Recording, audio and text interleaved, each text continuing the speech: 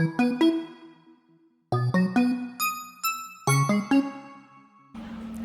everybody, how's it going? I had a couple of people request a video talking about how to set up the game field and the game elements to start the arena challenge. So this is what this video is all about.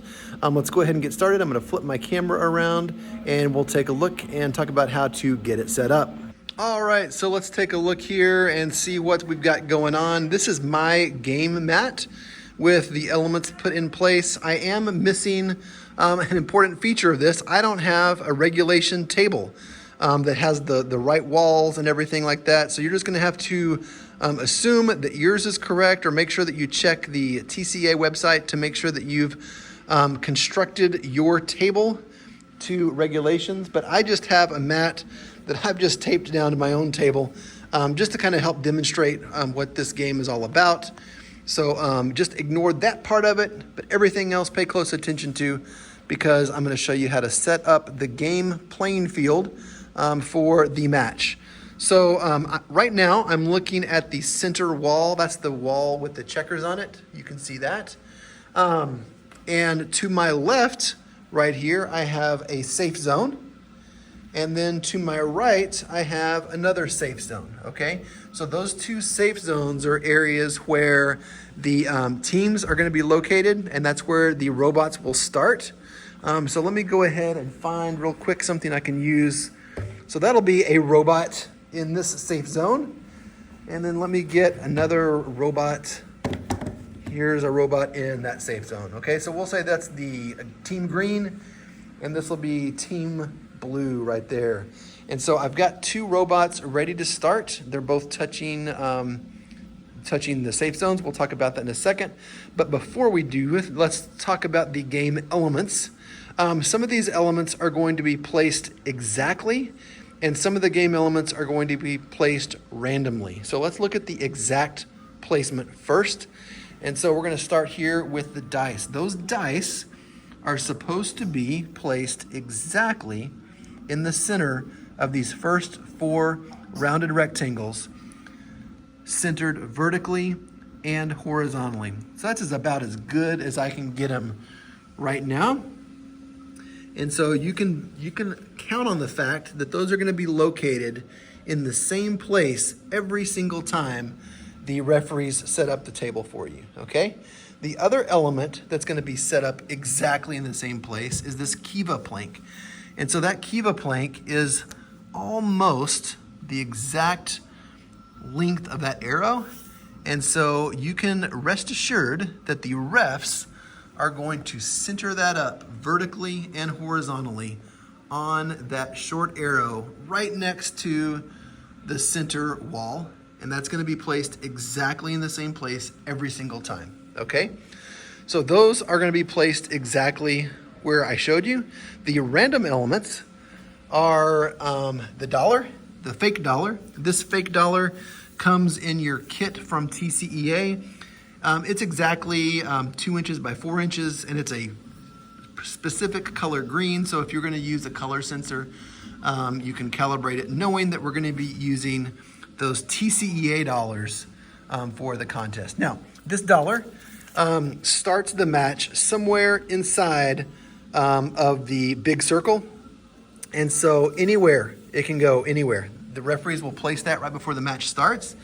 And inside means it's going to be inside the black perimeter. So that is inside, that is inside, that right there is inside. And it'll just be somewhere inside that. It's not a gotcha situation, so you don't have to look to see if a ref is going to do that to you, because they're not. It's just going to be located somewhere inside the big circle.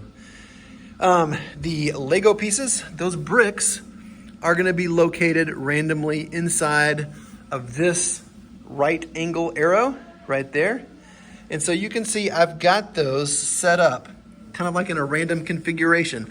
We know from the game manual that those are going to be attached, 2 Legos attached in a pair. And we have 4 pairs, so that's 8 total Legos. But they're going to be sitting at different angles, different orientations They can be sitting flat, they can be sitting on their side, and they can be sitting, I guess, up on their end like that. Again, the referees are gonna do that. They're not gonna have anything particular in mind. It's just gonna be different every single time. And so you can kind of know that there's gonna have to be some kind of degree of randomness whenever you come to start the match based on where those are located, all right? And then last but not least, let's take a look at the center wall.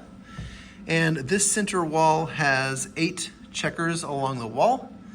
There's gonna be some degree of randomness, meaning that they're gonna be spaced differently every time. So you don't know if they're gonna be all, let me just line up a couple here real close to each other.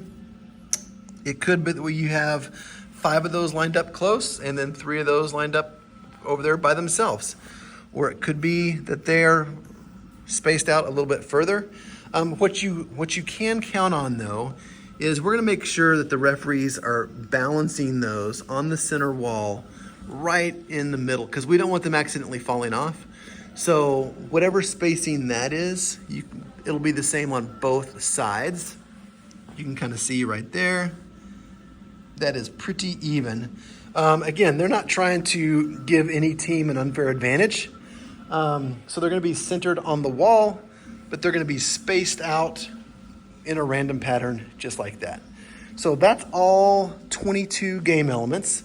We've talked about where they're gonna start. Let's talk now a little bit about the robots. So let's pull up some of the rules here. So rule number 4.3.1 is talking about where the robot must start. It must start touching a safe zone. And touching the safe zone means that some part of the robot must be touching the white mat inside of the black line. So it has to be touching the white mat inside of the black perimeter line, okay? So this robot is inside, or is touching the mat, the white mat, inside of the black line. So yes, this robot is inside. Let me move it.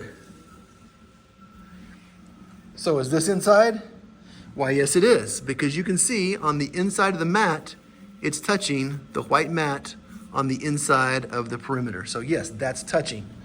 Let's do something else. What if that robot is like this? Is that inside, or excuse me, is that touching the safe zone? Well, let's take a look.